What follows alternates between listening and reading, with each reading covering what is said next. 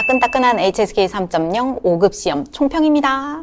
전체적으로 5급 시험은 평이했는데요. 오히려 현행 시험보다 좀 더 쉽다라고 느껴졌습니다. 가장 큰 차이점인 쓰기와 말하기 파트에 어떤 문제가 나왔는지 궁금하시죠? 지금부터 저랑 함께 보시죠.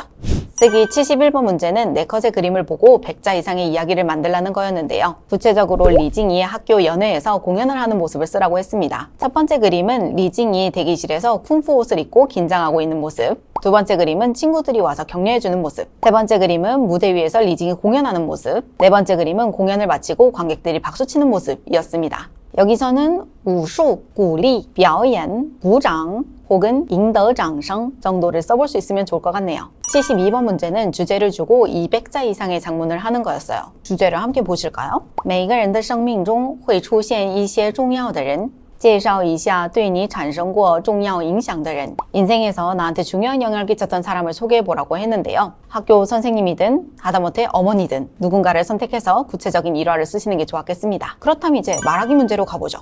말하기는 총 3개의 파트가 있었는데요. 일부분은 듣고 복술하기, 즉 다시 말하기입니다. 총 2지문이 출제가 되는데요. 첫 번째 지문은 바쁜 현대 생활에서 사람들이 동시에 여러 가지 일을 한다라는 내용이었습니다. 일을 하면서 배달을 시키기도 하고요. 그러나 이것은 업무 효율을 떨어뜨린다라는 것이 첫 번째 지문이었어요. 두 번째 지문은 어떤 사람에 대한 이야기였는데 어머니가 아프셔서 고향으로 돌아가 일을 해야 했다. 그런데 자신은 학력도 낮고 기술이 없었다. 정부에서 제공하는 양성과정을 듣고 기술을 습득해서 자격증을 취득하고 지금은 열심히 일을 하고 있다. 일도 하고 집안도 돌보고 생활이 나아졌다. 라는 이야기였습니다. 이 부분은 3컷의 그림을 주고 이야기를 만드는 거였는데요. 첫 번째는 부동산 회사 사장님이랑 신혼부부로 보이는 이 3사람이 아파트 분양을 받는 모습 혹은 이제 집을 보는 모습이 있었습니다.